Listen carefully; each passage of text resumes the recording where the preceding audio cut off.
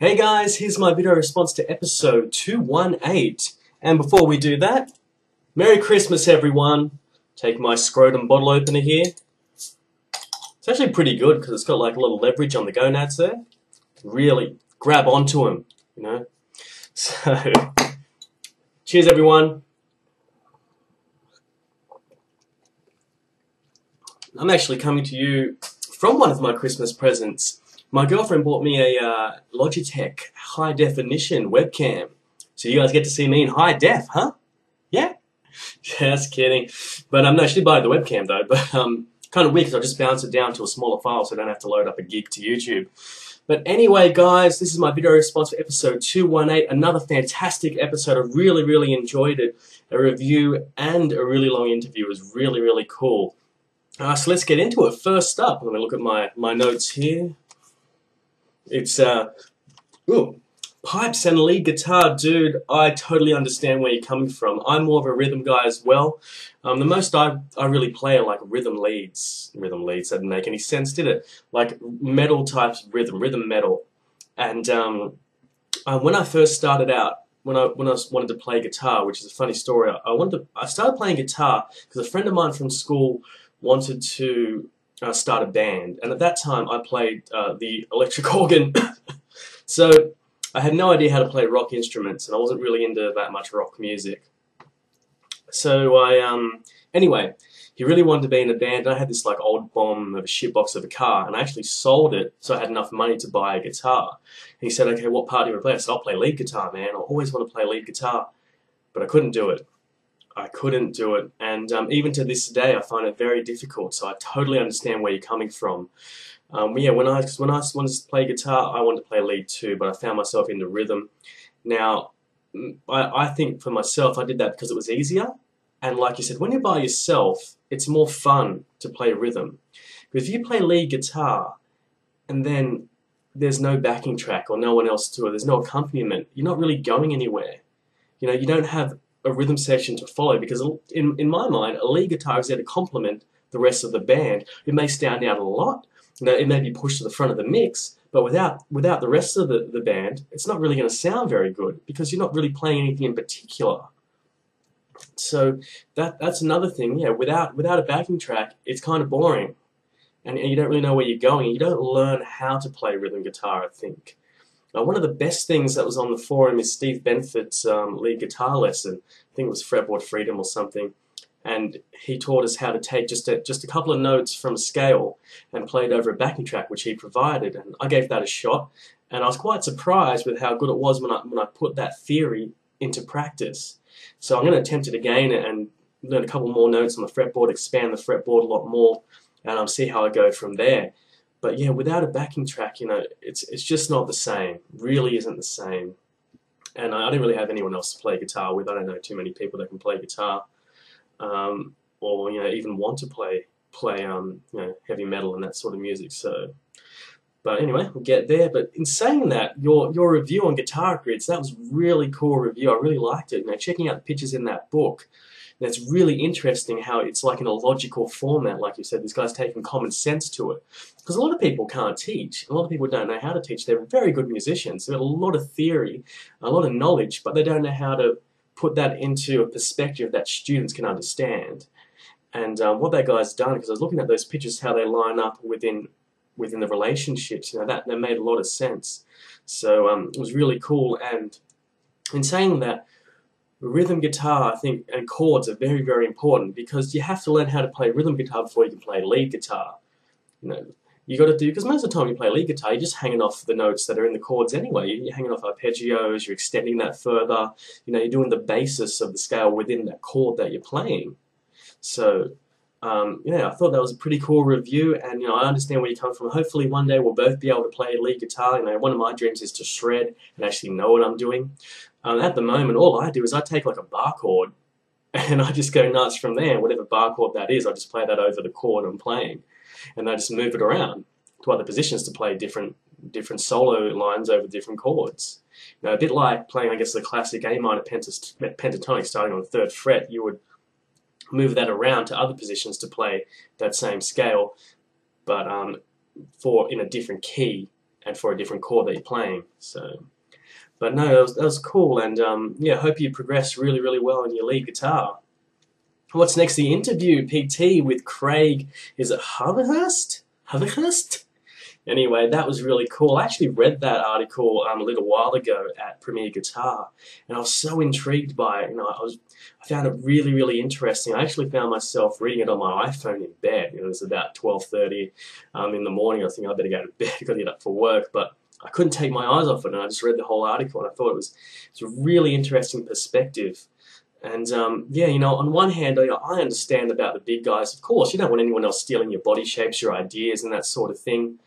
However, in saying that, they have a huge reputation now. They're the big brands. They're what most people want. If you want a Gibson, if you want a Fender, you will buy one, and that's it. I know a person that plays in the band, and they play an Epiphone Les Paul standard.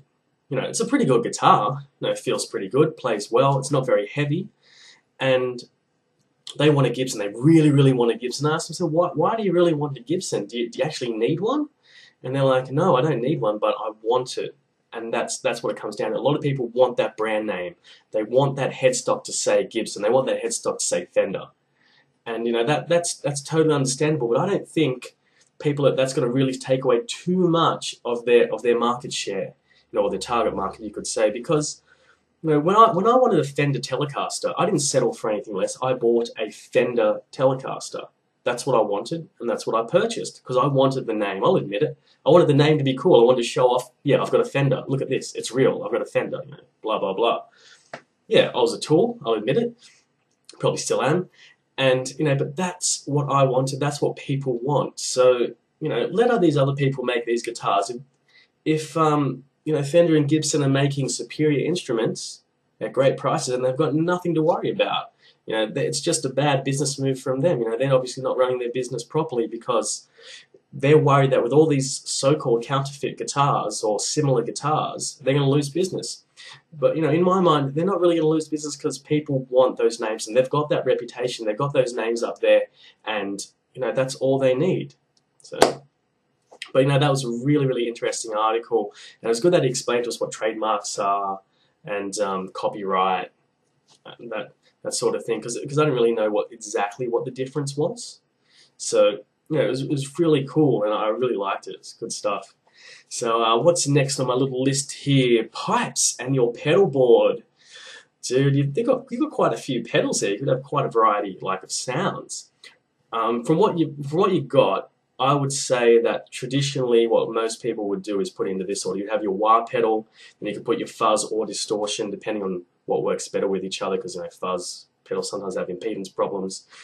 And then you could put your, the silencer pedal, your noise gate after your distortion. And then you could put your boost pedal and then the flange pedal, or you could put the boost before the silencer. Now, generally, I guess that's what a lot of people would do. That's how I've got my pedal board pretty much set up. In saying that, though, the way you use your boost pedal, the one I gave you, is the same way I use mine. Now, my favorite boost pedal is this one here, this little purple one. This is what I call Fat Boost, but it's actually the AMZ Mini Boost pedal. Now, this circuit really fattens up the tone. You know, if you play with single coils, it'll give them a lot of meat. You know, a lot of body to the notes. If you play with humbuckers, it just sounds full on fat, and I love the sound. And what I use this for is, I use this to get a little bit more bass out of my amp, but a little bit more of a sort of dynamic, sort of feeling bass. So I'll put this before the distortion, before my distortion pedals, or in the front of my amp, rather in the effects loop. Because in doing that, I'm fattening up the tone before it gets into the distortion pedal or circuit. And I'm not generally boosting the sound. It's not like I'm cranking this thing up. I've got it almost pretty much unity gain, maybe a touch hotter, and I'm just using this to color the tone.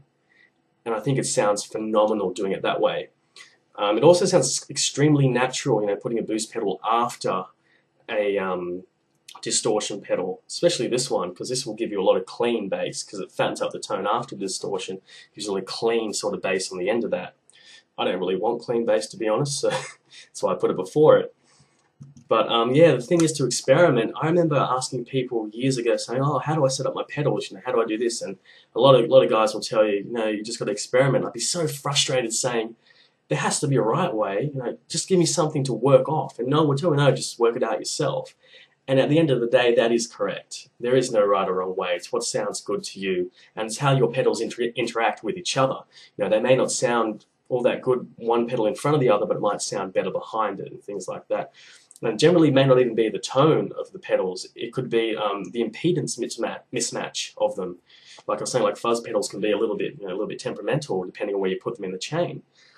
But with that many pedals, where you've got 6 pedals that do something, and then you've got your noise gate. That you can have a lot of variety out of that. And in saying that, you don't have to have them all on at once, but it's nice to have a pedal board, which is why I made my pedal board. I think I sent you guys pics before. I just wanted to be able to plonk the thing down on the floor and turn on the ones I wanted to whenever I wanted to. I don't want to set them up every day, join cables from all the time. Okay, set up these ones here. Forget that. You want to spend more time playing and not setting up gear. So hopefully you'll be making a pedal board soon and we'll get to see that, Pipes. It's cool. Alrighty, I better keep this short. What are we up to? Well, that's pretty much it. The outro track is called Bells and Cigars. That was pretty cool. That was a really cool take on Christmas song. Straight away, that just reminded me of 6AM's Heroin Diaries, the intro track from Nikki Sixx, because he's got that Christmas sort of thing in there. But yeah, anyway, guys, fantastic episode. Once again to everyone, Merry Christmas. Hope you had a fantastic Christmas, and I'll catch you guys next time.